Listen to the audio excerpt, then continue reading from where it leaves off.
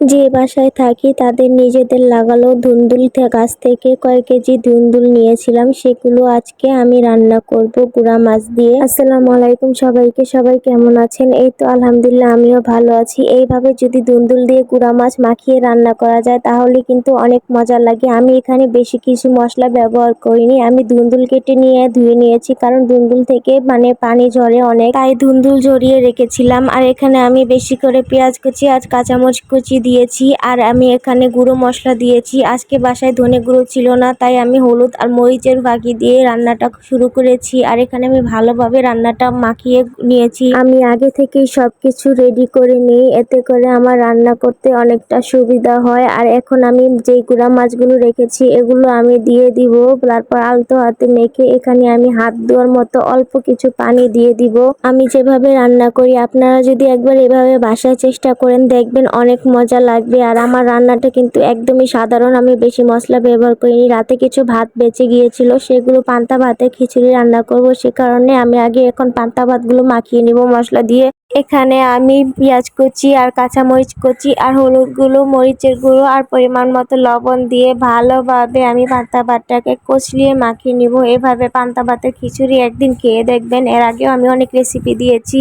এভাবে একবার বাসায় খেয়ে দেখবেন, বলছি অনেক মজা পাবেন। এরপর বলবেন যে বারবার খেতে চাইবো মন। সারাদিন সবকিছু সামলিয়ে তারপর কাজ করতে আসতে হয়, সে কারণে আজকে রান্নাটা দেরি হয়ে গেছে। তাছাড়াও নতুন বাড়ি করছি, সেখানেও একটু সময় দেওয়া লাগে। আর সবকিছু মিলিয়ে এই তো আজকের এই রান্নাগুলো আমি করব।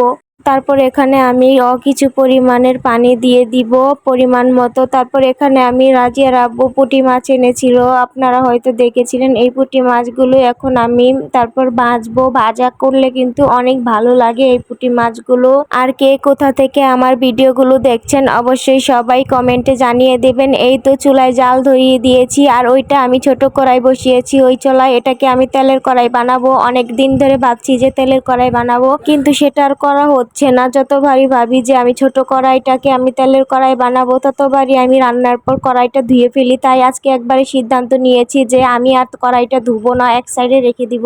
আমি বলেছিলাম যে ধুন্দুল থেকে কিন্তু অনেক পানি ওঠে, তো দেখতেই পাচ্ছেন যে আমার এই তরকারি থেকে কতটা পানি উঠেছে। তো এটাকে আমি জাল করে অনেক শুকিয়ে নিব, যেহেতু আমার গুঁড়া মাছ। আর এইদিকে আমার মাছ ভাজিটাও হয়ে গিয়েছে, পুঁটি মাছ তো তাই ভেঙে গিয়েছে।